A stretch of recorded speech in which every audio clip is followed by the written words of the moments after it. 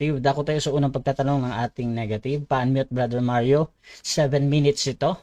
Your time starts now, bro.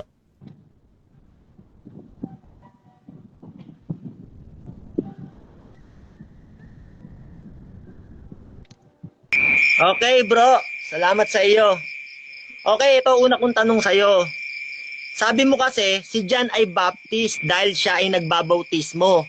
Kaya siya Baptist. Yan ang sabi mo eh.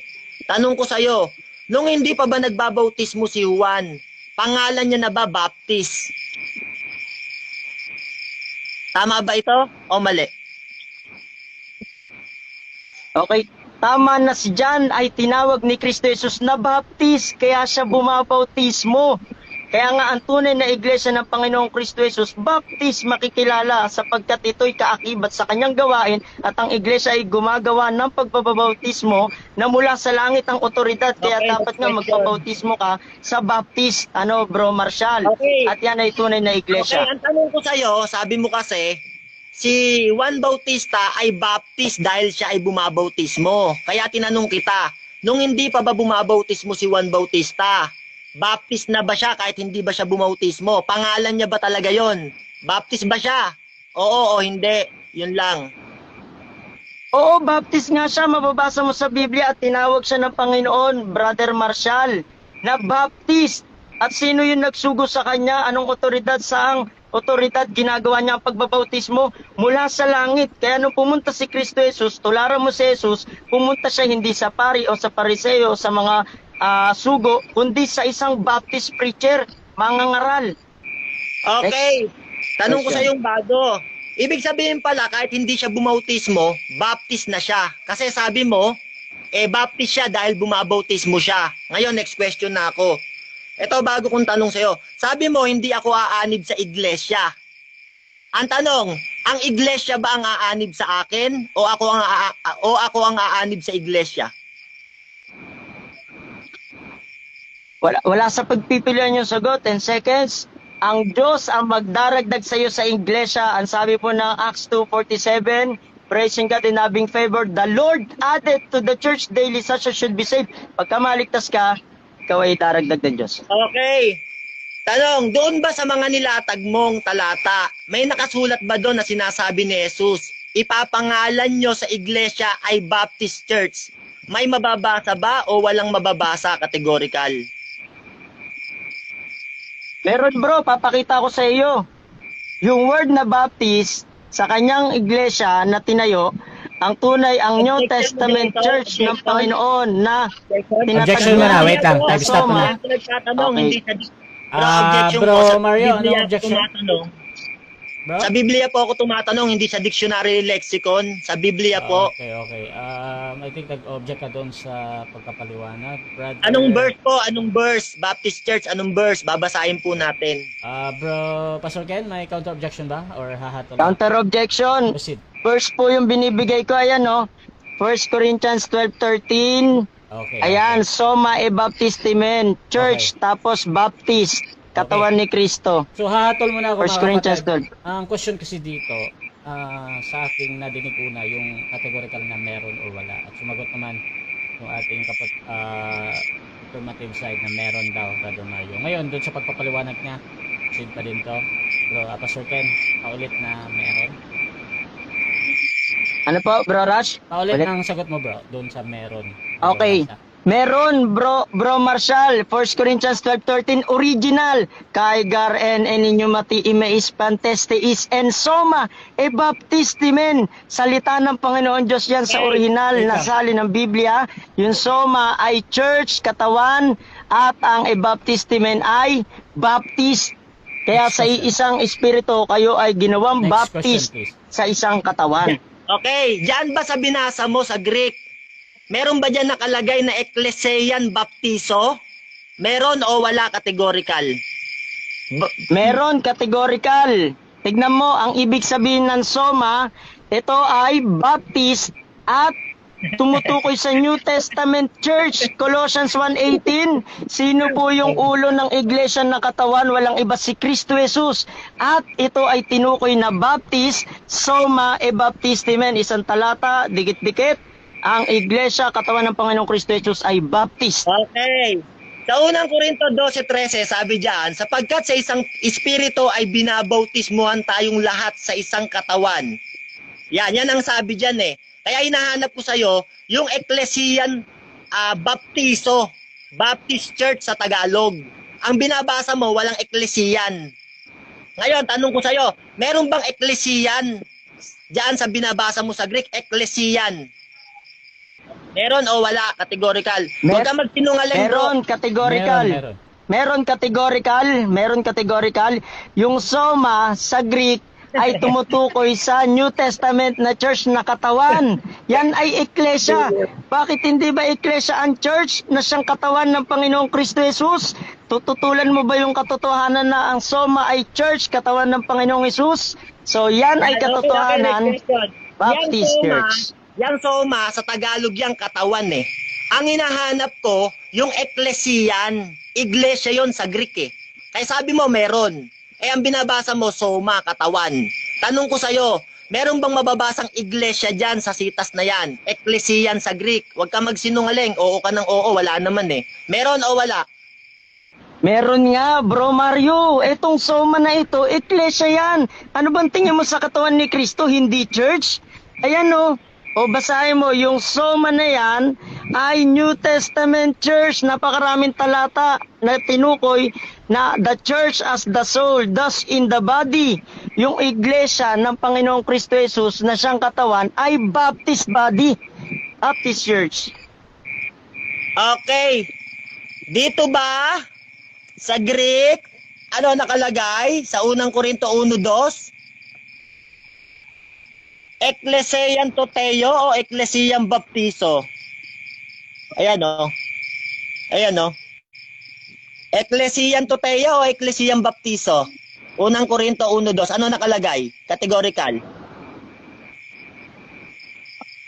Ecclesia Toteyon na Baptist ang pagkakakilanlan, bro. Tignan mo, 1 Corinthians Time. 7 12:13, minutes. sapagkat sa isang espiritu. Time na mga bro. Yan ay Baptist. Thank you. Okay, so dyan nagtatapos mga kapatid ang unang pagtatanong ng ating negative. Okay, dako tayo sa Salamat. second cross mga kapatid. Bro Mario, 7 minutes. Your time starts now, bro. Ang paksa natin, patutunayan mo na Baptist ang tunay na pangalan ng iglesia sa Biblia. Tanong ko sa'yo, may mababasa ka ba sa Biblia na si Kristo mismo may sabi na ang pangalan ng aking iglesia na itinayo ay Baptist Church, letra por letra? May mababasa o walang mababasa? Categorical. Sagot, meron. Pinabasa ko na sa'yo. Salita ba ng Panginoon yung sa Greek teksto? Salita ba ng Panginoon yung nasa Biblia? Brad, si Kristo na Diyos ay nagsasalita, nangungusap sa mga huling panahon. At siya ay nangungusap sa atin sa wikang Grego, sa original, pinakita ko sa iyo. Ayan o, Soma e Baptistimen. Hindi ba't matatawag yan na Baptist? Matatawag. Next question, tanong, yung bang mga kasinungalingan mo na nilatag mo sa presentation mo, dapat ba namin paniwalaan yon? Yes or no? Categorical. Policy 10 seconds, yan ay mga kasinungalingan mo, bro Mario. Hindi kasinungalingan ito, may ebidensya ko, pinapakita ko. Tapat po sa inyo. Kay gar en inyo mati ime espantes and so may baptistimen. Next question, tanong. Doon ba sa itinayo ng Panginoon na iglesia sa Mateo 16:18, anong Baptist ba yung itinayo niya? Fundamental Baptist, Bible Baptist, Southern Baptist, Sovereign Baptist? Anong Baptist yung tinayo niya? Yan, Bro Mario, paulit nga ulit yung pagpipilian. Ano yung tinayo ng Panginoon? Kasi maraming Baptist eh. Iba-ibang doktrina yan eh. Fundamental Baptist, Bible Baptist, Southern Baptist, o Sovereign Baptist. Ano din yung tinayo ng Panginoon na totoong Baptist? Okay, bro Ken, pipili ka ba doon sa apat na yon or 10 seconds pa? Okay, 10 seconds, wala Kasi, doon bro. yung pagpipilian eh. 10 seconds, wala Kasi, doon bro. yung pagpipilian eh. Ito yung nasa Biblia, no, bro. Ito yung nasa Biblia, no, bro Mario. Tingin ka sa Bible, ayan, no. Soma e Baptistimen. Baptist Church, Baptist body na katawan. Next question. New Testament Church. Okay, tanong. Baptist. Tanong. Ngayon, tanong ayon sa Book of History ng Baptist, ano ang unang Baptist na itinayo ni John Smith noong 1609 sa history nyo? Sa page 1 to 10. Ano ang unang baptist na itinayo? Anong pangalan? Ano daw? Okay. Lahat Nariyan na na sa referensya mo, Brother Marshall. Yung Di na itinayo makasagot, nagtuturo ni John na. Smith, sumasagot po. Wait lang, Counter objection. Objection muna. Pastor Ken, ano yan? Sumasagot ako, Bro Rush, wala siyang categorical. Huwag niya ako ituro. Nag-i-interrupt. Tanong ko. Pasagutin niyo, mahuhuli yan. Anong baptist yon yung itinayo? Okay, so ganito. Noong 1609, anong pangalan? Okay, so ganito, Brother Mario ha. Open-ended question naman yan. Naghahanap ka ng anong pangalan. So, anything naman na pangalan na ibibigay ni Brother, kahit pa yan ay para sa'yo ay mali or tama. Proceed ba din? Pastor Ken, ano daw yung pangalan ng baptist? Okay. So, ang pangalan ng Baptist Church na itinatag ng Panginoon ay, ayan o, founded by Jesus Christ in Jerusalem. Baptist, we believe this is the church founded by Jesus Christ in Jerusalem. Yun yung tinatag ng Panginoong Kristo Jesus na totoo. Okay. At bunga yung kay John Smith. Okay, nung panahon ng 1609, huwag ka tumakbo dyan. Huwag ka tumakbo, kapatid, sumagot ka. Nung panahon ng 1609, ano yung unang pangalan na ipinangalan ni John Smith nung itatag niya yon sa Inglaterra? Ano yung unang pangalan ng Baptist? Kasi maraming Baptist, nalilito kami. Sagutin mo lang, kapatid, anong pangalan? Okay. So, open-ended question. Aminin mo muna, hindi mo alam, tutulungan kita, sasabihin ko Okay, bro, sa iyo, nasa- kakabagang kita. Sasagutin niyo yun, Sinasagot mahuli kita. yan, Hindi na Oh, makasagot. wait lang. Jesus Walang Christ maisagot. in Jerusalem. Wait lang. Time stop na. Hindi, Sumasagot para ako. hindi- Objection. Wait lang, unahin natin si Brother Mario muna, tapos yung objection din ni Bro Ken. Bro Mario, anong objection natin? Okay, tumatanong ako, tas tatanong din siya. Kasi hindi siya makasagot kung anong Baptist Takbo siya ng takbo dun, sa hawak niya. Hindi na siya makasagot. Okay, Pasagutin niyo, anong Baptist, anong pangalan? okay. Bro, Pastor Ken. Hindi naman mahirap yan Objection din.